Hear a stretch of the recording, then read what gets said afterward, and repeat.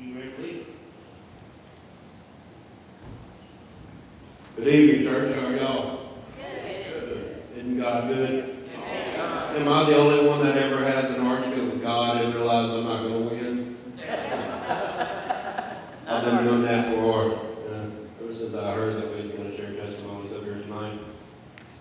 I'm glad to see different churches here. I'm a member of Trees Baptist. But as I was sitting there battling with God in my head, I realized there's several people here that I've never seen before, people I don't even know. If you don't know me, my name is Kyle Dickey. I'm a recovering drug addict and a recovering alcoholic. I have 8.5 years clean of meth and 2.5 years with alcohol.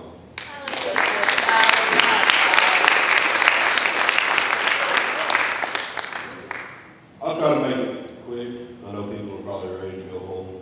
I'm kind of tired myself, but I was raised in a Christian home. I was made to go to church, and that right there is probably what saved my life, having God ingrained in my head at a young age.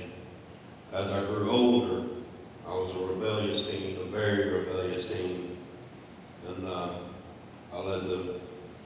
I figured I would do it my way, live life my way, and go do drugs, sell drugs, do whatever I could, what I wanted to do. I did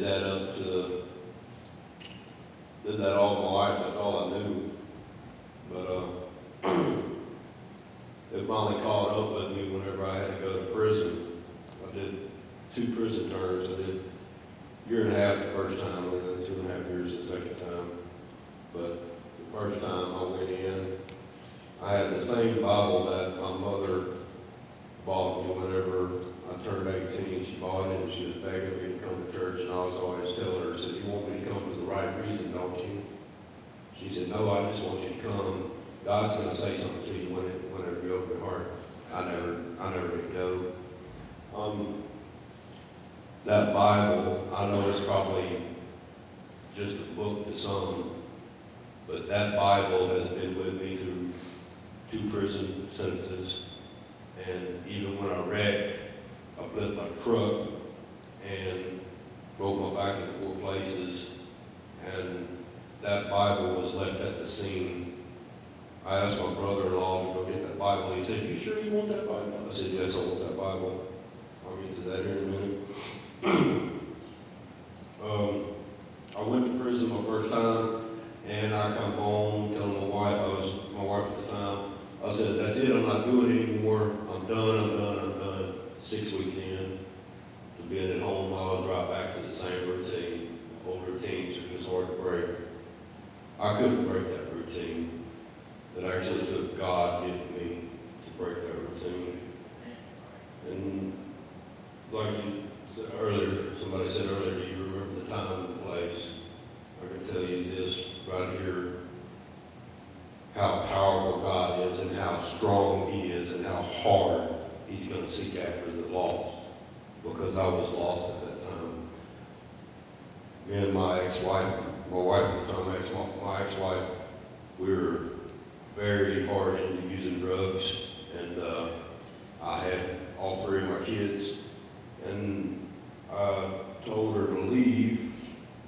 I was, drugs and fighting and everything, so she left.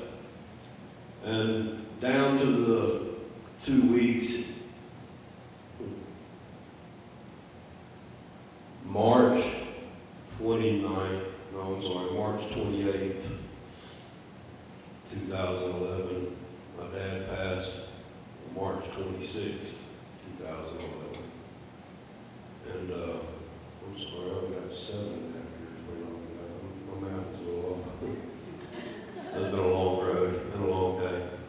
March 27th, my father died, and I've been on about a week-long binge of being up for a long time. My sister come and asked me if I wanted to go see the body, and I couldn't. I was just too distraught. I couldn't go see the body. Later on that night, March 28th, the next day, I was flipping through the channels on TV. It is 2 or 3 o'clock in the morning. I'm flipping through the channels on TV, and everything I see on TV is everything that is being played in my life. I see families busted up, people getting high, people going to jail, kids getting taken away from the parents because of the parents' mess ups. And at that moment, at 3:05 in the morning, I looked at the ceiling and I said, God, I know you're there and I know you've been around me. I've been high for 3 days. I probably thought I heard his voice, I don't know. But I said, God, I know you got something to say to me. If you want me to get off drugs, you got to put me somewhere to make me get off drugs. Within 24 hours, he answered that call and had me sitting in a cell at CCC, hitting the floor, praising him. My mother, I asked her to take my kids because I just had this gut feeling that it was probably God telling me, "Give kids to your mom, son, I'm fixing to put you in your place." He put me in my place. I sit in there for about 2.5 months. I come to the realization that it was it. I was praising God within 24 hours of saying that, looking at the ceiling and saying, God, put me somewhere if you want me to get clean off drugs. And yet I was at the bottom of that cell, praying, crying, thanking him, because I knew that was his sign. That was God's sign. That was his slap me in the back of the head. I'm pretty hard-headed. And I have family members who testify to that.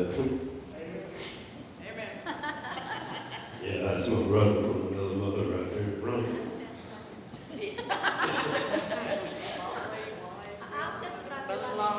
And these 3 beautiful ladies right here. How you forgot one? Yeah. As I was sitting there praying, I realized, thank you God for doing this.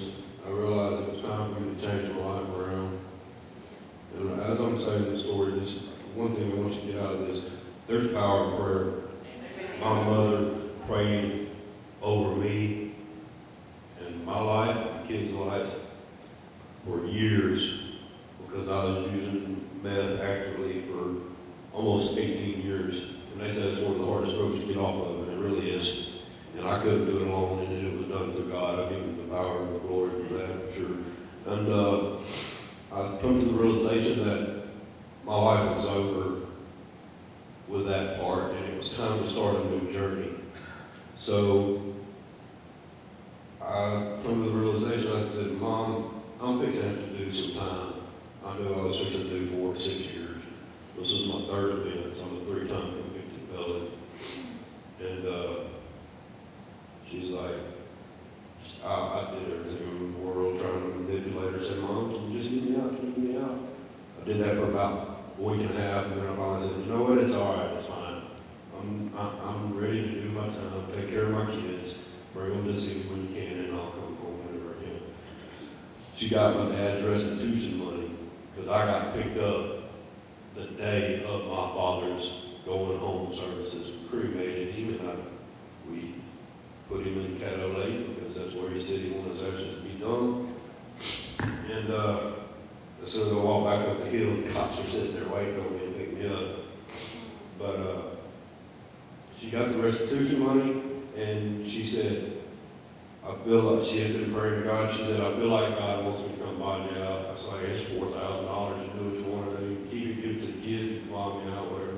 She come bonded me out, and I was out for 10 months going to court, and I paid her back that money. I said, this was the money from my dad to his grandkids, so you give it to the kids, so I paid her back the money. February 26th of 2012, I took my time. I had people praying that I wouldn't go to jail. I said, we can pray about it, but it's something that needs to be done. I said, it's going to happen, and I'm ready to go. I'm ready to serve my time and start my journey. Well, as I was praying about going to jail, I said, I threw myself at the mercy of the court. I said, Your Honor, I'm a recovering addict. I need help while I'm in jail. I said, can you arrange it to where I can have some kind of help in jail? Oh yeah, 90 days, we're gonna give you a class, 90-day class. All right, thank you. Go to CCC 2 weeks, and I get sent down to South Louisiana. And I got sent to what they call a satellite camp. It's just a small, privately owned camp or prison. But I got put in the worst dorm on the compound out of 8 dorms, out of 300 people in a dorm. It was called Echo. I was in dorm Echo. And I got in there. I said, I've already heard that Celebrate Recovery was in almost every prison in the state of Louisiana, and it is, and it's a very, very good program. It's actually what helped me. So I'm praying every night, every day, God, please put me in another dorm. Please put me in another dorm. I go to church the first night there, and I realize they have a Celebrate Recovery at this facility, and it's right across the hall. I mean, literally 8 foot from another door. I was praying, God, please put me in there. Please put me in there. He put me in there within 4 days of praying. You're supposed to go to a dorm and stay there for 90 days while they go through all your paperwork to see where they're going to put you on the rest of the facility. I prayed, and God moved me out of the worst dorm in 4 days and put me in a Celebrate Recovery dorm. I said, this is a 90-day program. This is a 10-month program where you could get 90 days off of your good time, and you can do that on parole. I said, I ain't worried about that. But they said, we've already started the program. I said, I'm not worried about the program. I need to be with other brothers and other believers. And I got in there. I was in there for 2 months praying every day. I said, God, you've worked miracles in my life so far. Please don't stop. Please don't stop. I said, I'm ready to work. I'm ready to work, go to work release, and send money home to take care of my kids. My mom had my kids. I was ready to start sending money home, start being the father that I was supposed to be.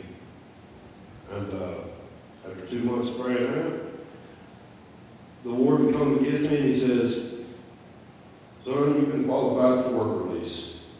So I said, thank you. So they sent me, they take me from that prison and send me to a work release facility.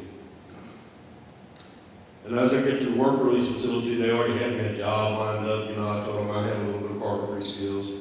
They was fixing to send me to a plant where all of its employees were nothing but inmates in work release. 200 employees at this place and about 12 supervisors that's overseeing all of them. I filled out my application, everything got ready to go, and they said, we can't send you to work yet.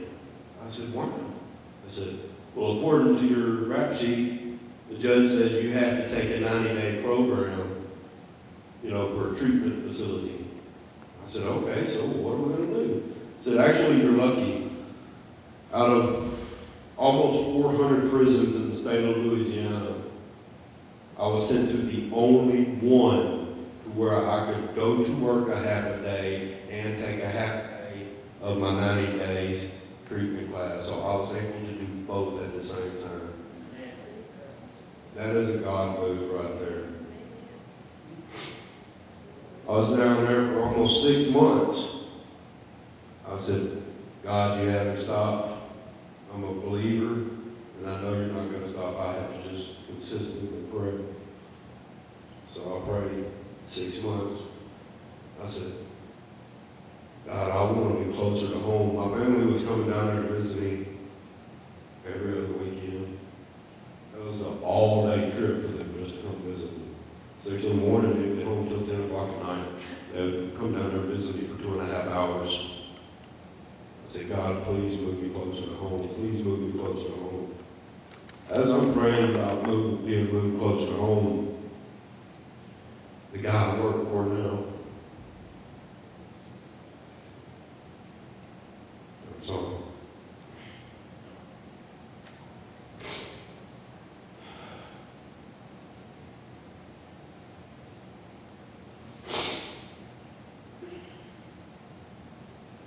The man of God that I work for now, Mr. Jim Dempsey, goes to our church.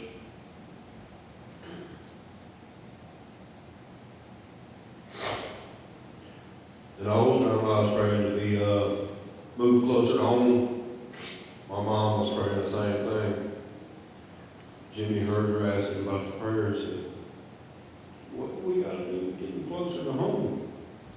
And my mom told him, said, well, he's got to be called out of work release from down South Louisiana to CCC work release.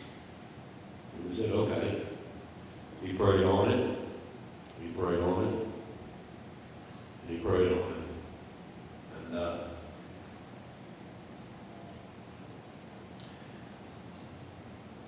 all of a sudden, as he was praying for it, God showed him a sign. Caddo Sheriff Deputy, which is in Shreveport, the CCC work releases in Shreveport, goes all the way to Vivian. And there's no work release up here. They've come as far as Old City a few times. Come all the way to Vivian and go to one building, Jimmy Dempsey's building in downtown Vivian. And they asked if he would like to sign up on work release. And he said, what, matter of fact, we'll do it. And he gave him my name. Another God time right there. And he gave him my name. And they went back to their office. As they get back to the office, they looked up my name and everything else. They called Mr. Jimmy and said, well, we can get him up here, but there's a thing. So we have to give that this right here, common knowledge will tell you, any government facility is not going to give up 2 paychecks for 1 paycheck. Because every single work release facility, they take 63% of the worker's paycheck for the facility. They said they had to give up 2 people from CCC to send down to South Louisiana to get me up here. And God made that happen. They sent 2 people down there and come and got me and brought me back up here. God can open so many doors through prayer. Amen. I've been there, luckily, I've been there almost 7 years now. This is our 7th year in November. And as I got out of prison, I thought I was doing good. I seen all the blessings that I had. I started getting comfortable. You can't get comfortable in the flesh. That's when the devil's going to get you and God's going to slap you in the back of the head again. I started drinking. I was using it as a crutch. I drank every day after work. Went to the bar every weekend. Closed the bar all down on Saturday night and still got up and went to church hungover. And I got to the point to where it was starting to catch up with me. To the point that I flipped my truck and almost died. Broke my back in 4 places. But me and my wife split up, so I started drinking even harder. She was using it, and I told her she had to leave. I was like, you can use, but I'm not going to use drugs. I'm done with that. I figured I was okay with drinking. Come to find out I wasn't. And on New Year's Eve, I was due to get off parole January 1st at 3 o'clock p.m., January 1st of 2016. And if I ever got caught drinking while I was on parole, I would have had to go back to prison for another 2.5 years. I wrecked my truck at 3:45 that morning of January 1st, leaving a party. And I left the scene of an accident.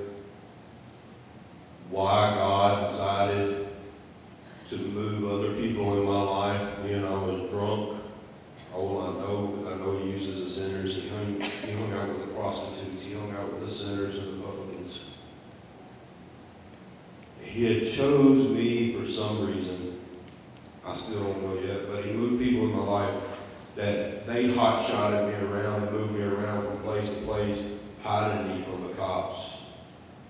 And then, actually, a lady I was talking to at the time was a cop. She came and picked me up, and she rehearsed everything emergency room.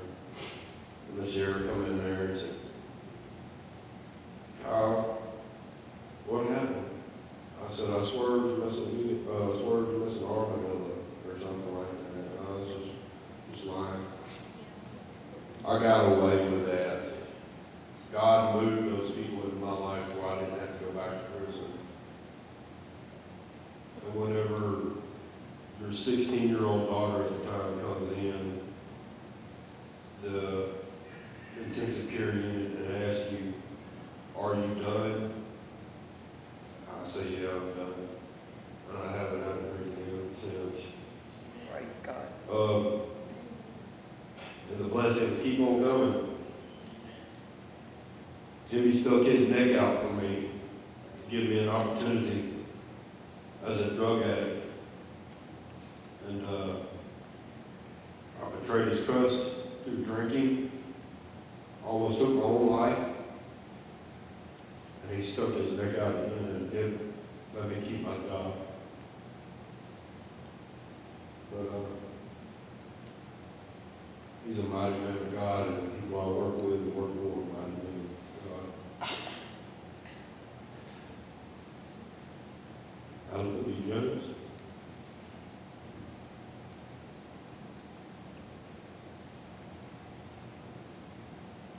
Thank you for letting me share.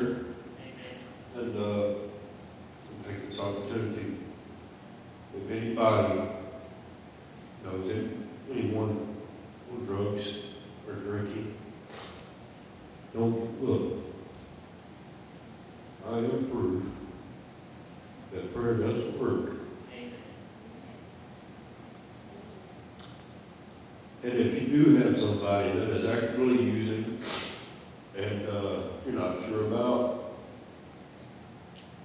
actually, we're going to start celebrating recovery at Trees Baptist Church every Monday from 6 to 8:30. Please pray with them. God will change their lives.